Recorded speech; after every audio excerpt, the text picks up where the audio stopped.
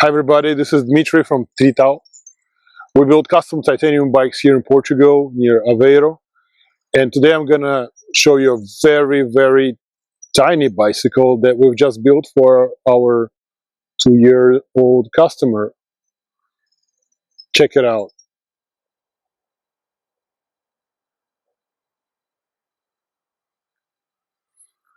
Check this one out. Tiny bike, right? Looks kind of easy to make, right? The whole team was busy making this one. It is not easy. Everything is different in these bikes. Every little thing. So let me show you. So it might look like a normal balance bike, just titanium, right? Which is already kind of crazy. But it's got some features that are the first time we're actually doing this. So our customer who has a few bikes that we made ordered this bike for his daughter. Her name is Sarah, and we anodized that on the frame. So you will notice a weird thing in the bottom bracket area, and this thing is a footrest. So we made it because the first balance bike that we've built, it was actually for my first son, and it didn't have a footrest. So when they were like riding and balancing, they would have to put their feet here on the chainstays, but it was too high up. So I had an idea of designing a footrest, and so we did.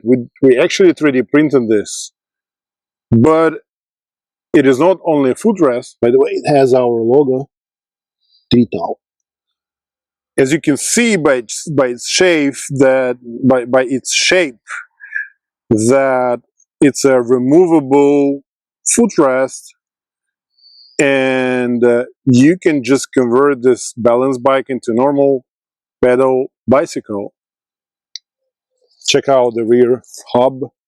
It's really narrow. It's 112 millimeters. It's got a cog, freewheel, and you can remove this footrest. It's just two M6 screws holding it, and you install a pre-assembled bottom bracket with together with a crankset. You clip in the chain, and you've got a bicycle. Also, I knew that the kids, when they just start riding, they are quite short. So although this bike has 14-inch wheels, which might not work for the first days of riding, but once they get a little bit taller, it's gonna work. But still, they have pretty short legs, so this saddle can go down to its maximum or minimum, in this case, and still not hit the tire, and it will go through the frame and through the footrest, so that you have a lot of, like, it's as low as it possibly can be done. But again, once you install the bottom bracket cluster, you no longer need the saddle to go down that much, so you can put it up, and it's gonna last for quite a few years actually. And I wanted to install brakes, but just the rear brake on one of these, because my kids, when they learned to ride, they needed brakes because they go downhill like crazy, and they need a brake.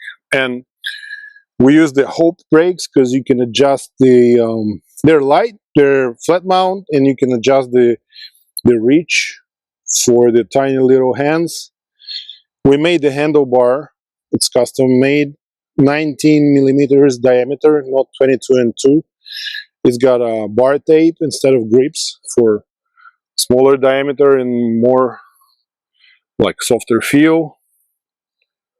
Of course, it's got custom titanium fork with 3D printed crown and dropouts and ovalized legs. Carbon 14-inch rims, really narrow hub in the front.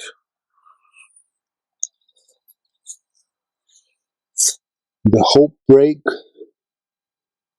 it's just fitting in there.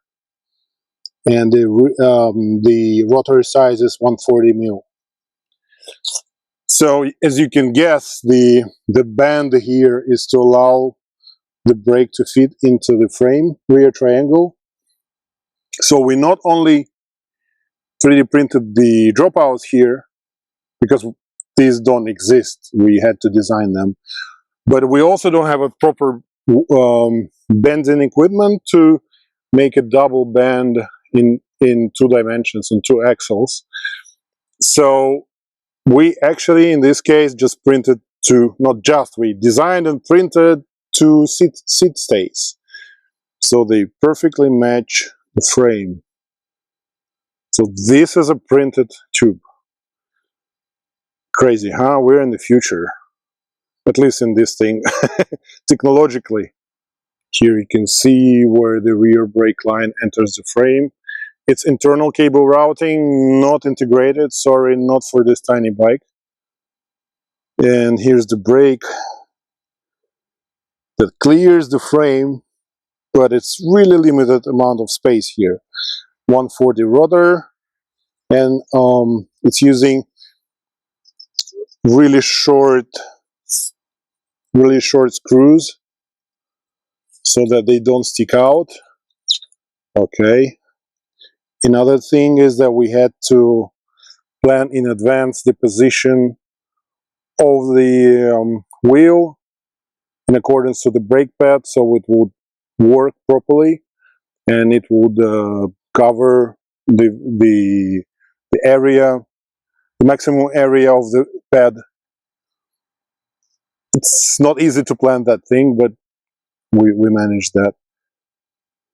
We didn't clean or polish the footrest, you know, so to make it like, so it doesn't slip off.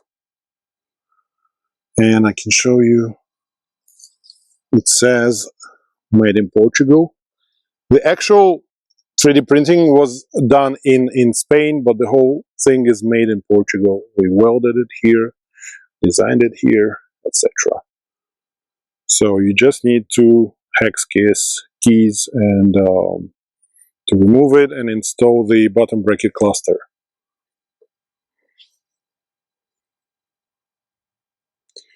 Yeah, and of course we wanted to go a little bit extra fancy, so we installed the Chris King headset, and it's like no thread set, the classic model. It has existed for like 30 years maybe. And this is the new thing by Chris King, their new seat clamp. And anodizing to match it all. This bike is only 3.5 kilo in this setup. And now it's a pedal bike. So I've literally just spent like 3 minutes removing the footrest. It's, as I said, just 2 screws, and I've installed this bottom bracket crankside cluster with a chain, and it's a bicycle. So let me show you how it works, how it's clamped, so you can better see it from the non-drive side. We designed this 3D printed, of course 3D printed, bottom bracket clamping mechanism, like not mechanism, but cluster. The upper clamp is a part of the frame, and the lower clamp can be the footrest. If it's oversized lower clamp, it becomes a footrest, or you remove the footrest, use 2 screws and install a bottom bracket. The bottom bracket has it's machined slightly in the middle, so it self-centers here on the clamp. You just install it, 2 screws, clip in the chain, that's it, you've got it. We use the Spawn Cycles 89 mil cranks, 89 mil, almost non-existent size. They're really hard to find, and they're pretty narrow Q factor if used with the right bottom bracket. This one uses an aluminum bottom bracket, so the spindle is aluminum, and the screws here, the bolts, are titanium, and everything clears, and it's still pretty light. Some people have asked me why wouldn't we use belt drive here. Well, possibly I would if I could, but first of all, the belts don't exist in this length. The chainstay length here is super short. Secondly, the belts are wider, so it would eventually require a wider Q factor, which is a no-go for a baby bicycle. So we decided to go with a classic and trustworthy chain. So just a few years ago, this kind of bikes wouldn't exist. Like, we wouldn't be able to make it this way, thanks to the 3D printing that allowed us to do the clamping